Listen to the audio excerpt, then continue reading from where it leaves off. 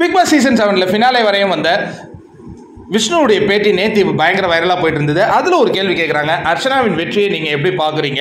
ஏன்னா நீங்கள் உள்ளே இருக்கும்போது சொல்லியிருந்தீங்க ஒருவருக்கு மட்டும் கப்பு போலன்னா நான் 10,000 வாலா வெடியெல்லாம் வெடி பண்ணேன், அதேமாதிரி வெடிச்சும் காட்டினீங்க, ஏன் அப்படின்னு நினச்சிங்க?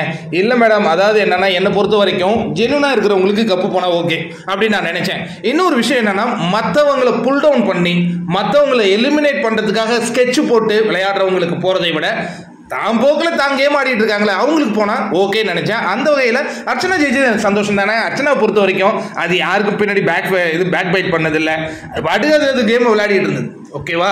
அதனால் எனக்கு சந்தோஷம் தான். நான் உள்ளே இருக்கும்போதே நான் சொன்னேன், அர்ச்சனா நீ ஜெயிச்சா நான் 10,000 வாலா வெடிப்பேன் அப்படின்ட்டு. நான் முன்னாடி 3 பேர்கிட்ட சொன்னேன், அர்ச்சனாட்ட தனியாக கூட சொன்னேன். ஓகேவா? அதற்கு அடுத்ததாக இன்னொரு விஷயம், நீங்கள் என்ன 5வது இடம் பிடிச்சிருக்கீங்களா, அது உங்களுக்கு திருப்தியா அப்படிங்கும்போது இந்த இடத்துல விஷ்ணுவின் கருத்து பயங்கரமான ஒரு வேலிடான ஒரு விஷயமா பார்க்கப்படுது. அதாவது என்னன்னா, எனக்கு எதிராக மிகப்பெரிய சதி நடந்திருக்குங்க. அதாவது என்னன்னா, நான் சில பேர் சொல்லியிருந்தேன்ல வெற்றி பெறக்கூடாதுன்னு, அவங்க எனக்கு எதிராக எப்படி சோஷியல் மீடியாவில் செயல்பட்டாங்கன்னா, நான் உள்ளே இருக்கும்போதே நான் எவிக்ட் ஆகிட்டேன்னு 4 நாளைக்கு முன்பே செய்திகளை பரப்பிட்டு இருக்காங்க. அப்போ 4 நாளைக்கு முன்னாடியே செய்திகள் பரவுனதுனால என்ன நடந்திருக்குன்னா, இவன் தான் வெளியில் ஏறுறானே, அப்போ எதுக்கு இவங்க ஓட்டு போட்டுக்கிட்டு அப்படின்னு கூட நிறைய பேர் என்கிட்ட ஓட்டு போடலை, இதை என்கிட்டயே சில பேர் சொன்னாங்க அப்படிங்கிற அந்த விஷயத்தை ஷேர் பண்ணாருங்க. இது மிகப்பெரிய அதிர்ச்சியாகவே நமக்கு இருக்குது. ஏன்னா 2வது எவிக்ஷன் இருக்குது, அது விஷ்ணு தான் அப்படின்னு பரவலாக செய்திகள் பகிரப்பட்டதும் ஒரு பிஆர் வேலை அப்படின்னு விஷ்ணு இப்போ அதிரடி குற்றச்சாட்டை வச்சிருக்காருங்க. என்ன மாதிரியான விஷயங்கள் நடந்துகிட்டு இருக்கு பாருங்க.